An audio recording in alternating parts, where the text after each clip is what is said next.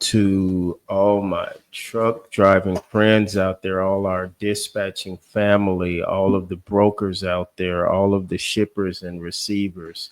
Thank you guys for tuning in to us and giving us an opportunity to share our thoughts and, for us to gather feedback from you as well.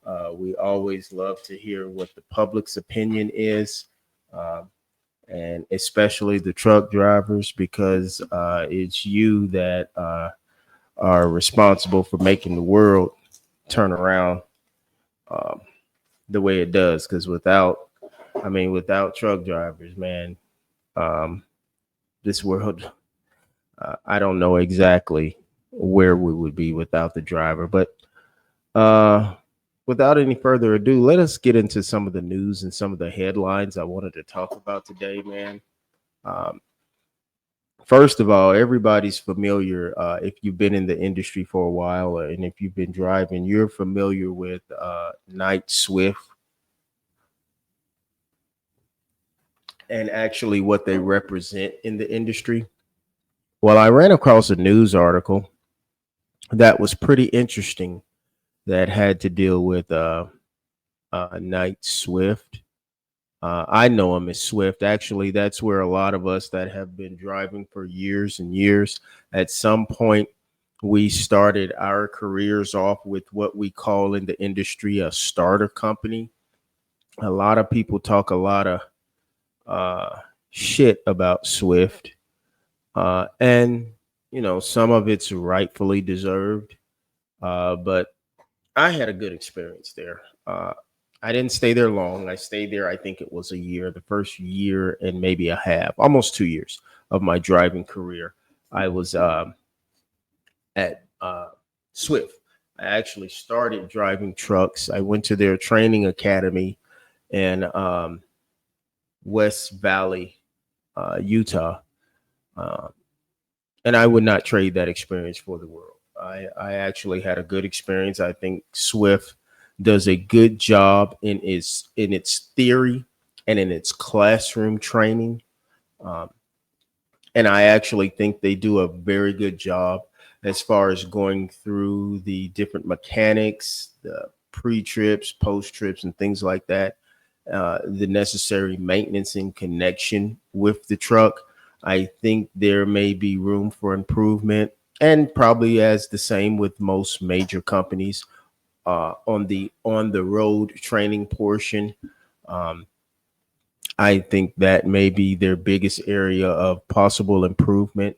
But aside from that, I have nothing really negative to say about Swift. You're going to see them involved in more accidents and more chatter around the industry because they're one of the largest in the industry. So the more uh, units you have out there, the more uh, tendencies there will be for uh, people and things to draw attention to that name. Not to say that they can't improve in a lot of areas. I'm not saying that, but I'm saying some of the shit that they incur as far as talk and gossip and devaluing their program, I think it's unwarranted. Like I said, there is room for improvement on the road training portion, but that's probably the case with most companies. Anyway, let's get into the news article. So I had to break this article down, guys, um, because Knight Swift made a pretty good profit in the first quarter of 2025. Uh, so we all know that Knight Swift is one of the major trucking companies in the U.S., if not in the world. And so they made a substantial profit in the first quarter of 2025 after they lost money the previous year at this same time. So the previous year, they showed a loss. Uh, and this year, they showed a profit. So they made $30.6 million compared to a $2.6 million loss in 2024. So that is a drastic turnaround, guys. So let me say this again. In 2024, in the first quarter of reporting, they lost. Knight Swift lost $2.6 million, and this past year in reporting for the first quarter of 2025, they made a profit of $30.6 million. So why was it such a drastic and stark turnaround? And where did they make up this money from, and where were the profit or the gains? What part of their division made the profits and the gains? Okay, so after I did a little research, I found out that a big part of their improvement came from their growth in the LTL division, which a lot of you may not be familiar with LTL freight, but that's less than truckload. Okay. And that's when smaller shipments from different customers are combined into one trailer. So you may have multiple stops instead of going to one shipper and you just have a full truckload, maybe 26 pallets. You may go to a shipper and he only has 4 pallets. Then you go to another shipper, they have 3 pallets. And then you all go to another shipper and they have 7 pallets. And once you make those 3 stops, that completes your truckload. So at that point, you have a decent sized load. So Swift here made an adjustment because when I was at Swift, they may have done some LTL, but mainly as far as I know, their emphasis was on truckloads. So now we see kind of a shift, or we at least see the largest part of their improvement and their growth was in their LTL business. And again, guys, if you're not familiar with LTL, that stands for less than truckload. And that's when you piece together different partial loads from different shippers, maybe to make one trip or one truckload. So let's talk about how their overall business performed.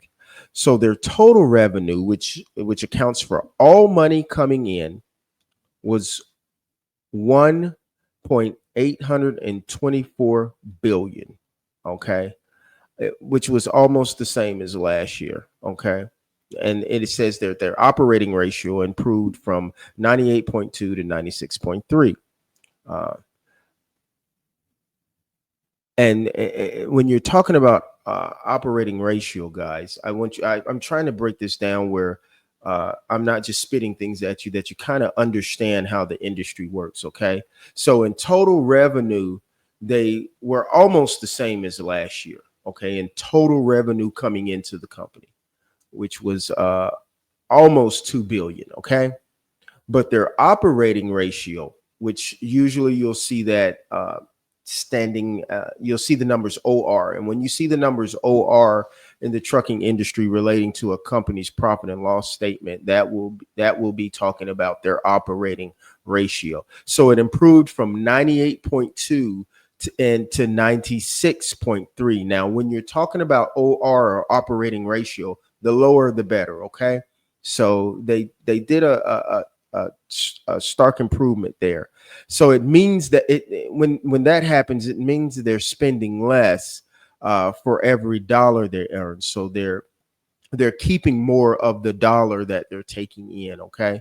96.3 means that they spent 96.3 cents to make $1. Okay. So that's a sign, or that's you see a trend that they're becoming more efficient at operations. And that's what all companies are striving to do. They're striving to cut operating costs and to become more efficient in those areas. So when you see the economy doing things like this and, taking big dives, and, we've got the tariffs going on that is going to impact the industry at some point, I'd say within the next few weeks, you'll see companies start taking a closer look at their operating costs to see where they can make adjustments to what's going on with the economy. So now, okay, so we see where they made the gains at. It was in their less than truckload division. So I want to make sure everybody understands that. So that when big companies talk about they posted gains or that they made profits, I want all my drivers to be able to understand where and how, because if you understand that, it might show you where you might need to make your adjustment in the industry. If you see that the industry is trending in a different way, or in a different commodity, or in a different aspect of moving freight, then you can, adapt and make your adjustments as the driver. And that's part of what this show is striving to do. So let's talk about their main truckload division. How did they do there? Well, their revenue dropped 4.2% to 1 billion, a little over 1 billion, like 1 billion 48 in that particular in the truckload division. And that's mainly due to truckers, trucks, they drove fewer loaded miles. It was down 5.4%. And especially in Knight Swift's dedicated fleet. So there was fewer loaded miles. They were down 5.4%, and their dedicated fleet had a large portion in that decline right there, or in that 5.4% drop. Okay, but check this out. Even with less revenue, the efficiency improved. So that means that they found ways that they could save money, so or they could operate more efficiently. So that means they were wasting money. Now, I try to tell my drivers, because we dispatch as well, and we try to come up with financial strategies and marketing plans for our drivers. So drivers are complaining about a dip in rates and a dip in revenue. Well, if a company like Knight Swift can see the decline and the dip in the revenue in the truckload division, okay, they can see that decline going there. But if they see where they can make an adjustment to their operating costs, why can't an owner operator do the same? Why can't we look at our company internally and see where we can reorganize and reshuffle and where we need to make adjustments? The big dogs are doing it. Okay. And I'd like to get some of you drivers, input on this as we're bringing these stories out to you. We're going to start having a number where you can call in and you can talk about these things, where we can actually get your feedback and what your thoughts on this. Now, we're talking about one of the biggest players in the game, Knight Swift. They're making adjustments, guys. And when you see these big companies making these adjustments, that should tell you something. That should tell you, how you need to be thinking, and what adjustments you need to be making in your mind. Okay. So their efficiency improved, even though they were driving fewer loaded miles. Okay. Their truckload division's operating costs or operating ratio got better. So 96.3, again, a 96.3 is an improvement from 98.2. So this year was 96.3. Last year was 98.2, a big improvement. U.S. Express is a company that Knight Swift, I don't know if a lot of you remember this, but Knight Swift bought out U.S. Express in 2023.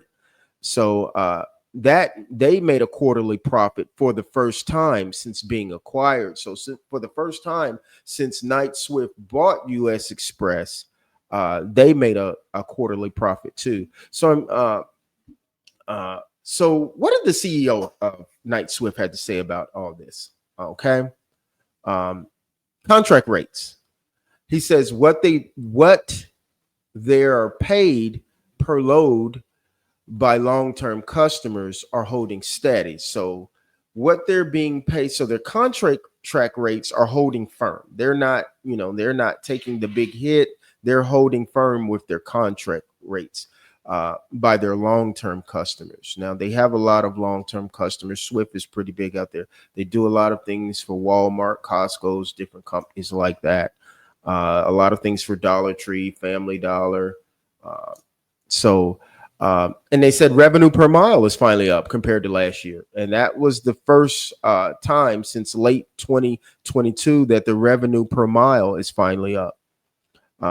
They said the costs per mile are going down, which is another good sign. So revenue's going up for them, cost is going down, and that's because they're taking a look at their operating costs and trying to adjust their operating ratio.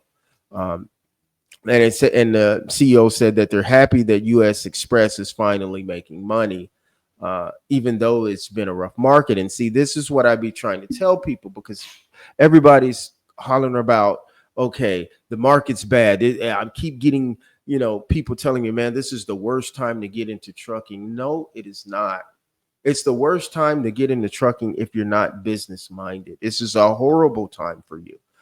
But if you're cost efficient, if you're looking at this from a business perspective, and if you're willing to make the sacrifices that any business has to make, then trucking will always be an industry that you will be able to excel in. Okay. So the bottom line is this: Knight-Swift made a major comeback this quarter. I mean, a major comeback, thanks to better performance in their LTL division, and coupling that with their streamlining and improving their efficiency all across the board.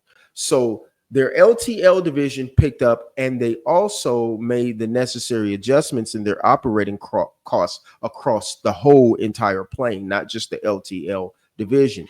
So they made these gains and these strides, even though the overall freight demand is still sluggish. So I always use stories like this, and I had to do my investigation, guys. I had to get the numbers, I had to research, I had to compare things in order to come to understand. And so when people tell me there's no money in trucking at this time, everybody's getting out of the industry. Everybody's getting out of the industry because they are not doing the things necessary to operate in an efficient manner. You may think you are, but even when the rates are at a certain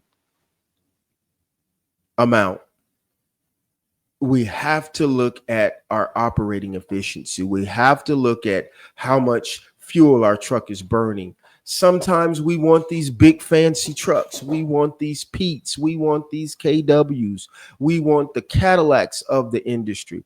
And we want them a certain way where the fuel mileage goes down based upon the things that we're adding, based upon the things we're doing, based upon what type of look we want.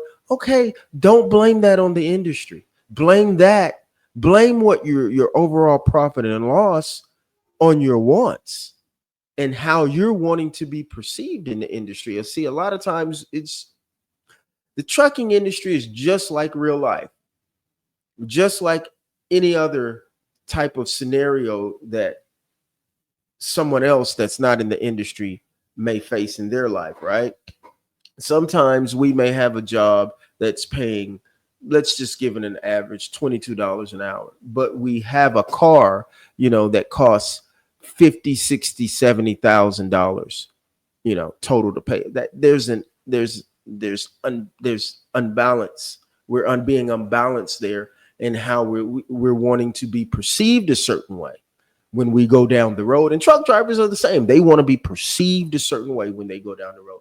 They got to have these trucks that's got these, all the bells and whistles on them. And that's fine. That's all well and good. But don't come hollering when you're only getting 6.5 miles to the gallon, when you're only getting 5 miles to the gallon. Don't say, in other words, don't teach these young people coming in that there's no money in the industry because you made certain choices, and I'm not just saying that to say that's totally the reason, but those things add up. They start to play a large factor when the money and the revenue and the rates, are not there, that for whatever reason economically right now. And we have to start cutting our operating costs and looking at our operating ratio. And we see that we can't possibly make cuts with the particular equipment that we have. Well, then you need to go back and think about how you talk about people that drive Freightliners, how you talk about people that drive Volvos, and why do we see these trucks in the industry more than you will see any other truck. Okay. We all want to look our best when we're going down the road, of course. And I'm talking to the young drivers right now that are coming into the industry. You better do, we're living in a uncertain time. So you better do the smart thing. Do your research when you're getting into the industry. Find out which trucks are most fuel efficient. Find out the maintenance issues involved with getting certain trucks. Find out the warranty levels. Do all of your research before you jump out there and buy a truck, and buy a truck for the right reason. If you're wanting to approach this in a business mind concept, it's okay if you can afford it. It's okay to do what you want, have what you want, roll down the road how you want. But I refuse to let drivers indoctrinate this industry with such phrases as there's no money in trucking. That is bullshit. That is a bold-faced lie. And I refuse to sit back and let those in the industry paint that kind of of scenario when it's what they're seeing in their personal issues, or what they're seeing from other companies who weren't efficient, okay, who didn't manage for whatever reason. Now, of course, there's unforeseen things that could hit somebody, but guys, that's basically it boils down to, in the trucking industry, what it boils down to is how efficient are you going to be at managing cost. Okay. So I just wanted to share that story with you about Knight Swift.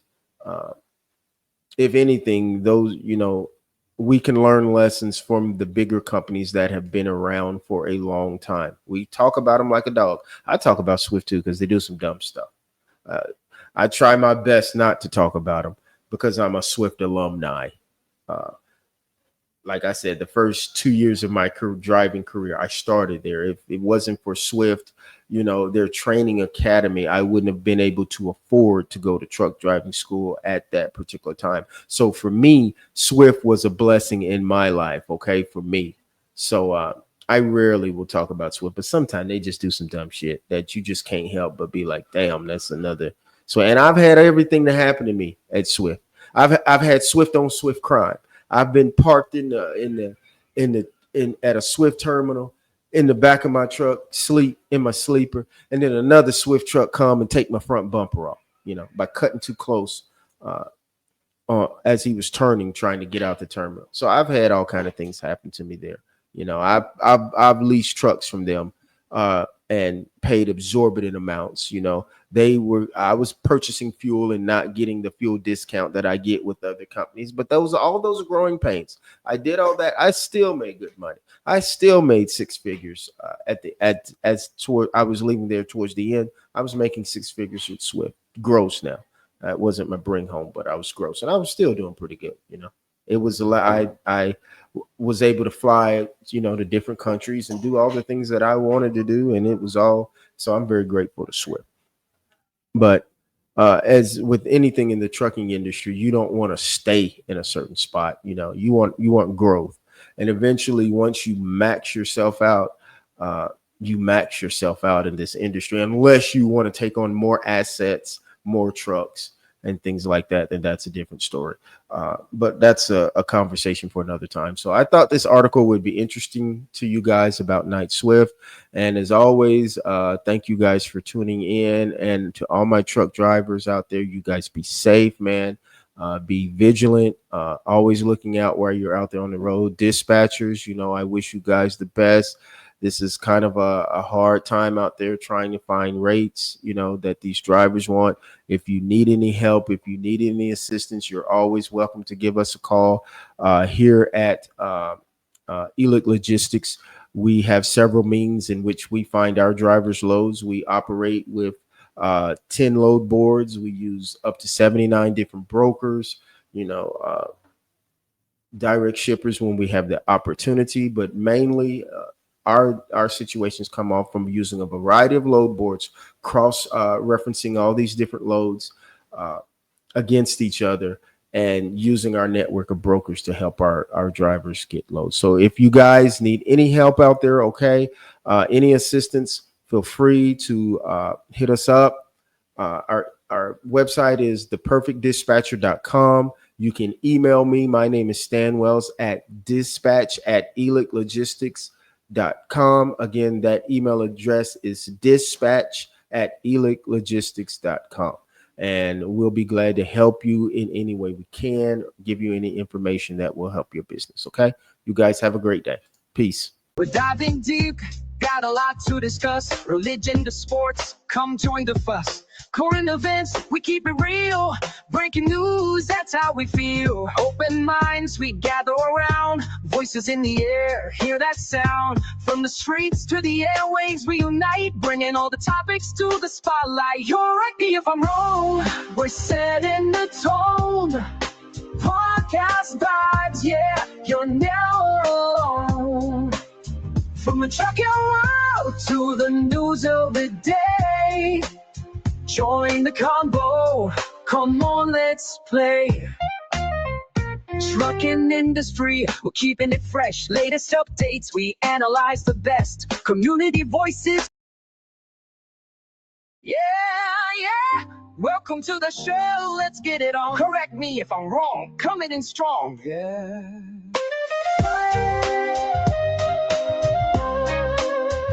We're diving deep, got a lot to discuss. Religion to sports, come join the fuss. Current events, we keep it real. Breaking news, that's how we feel. Open minds, we gather around. Voices in the air, hear that sound. From the streets to the airwaves, we unite. Bringing all the topics to the spotlight.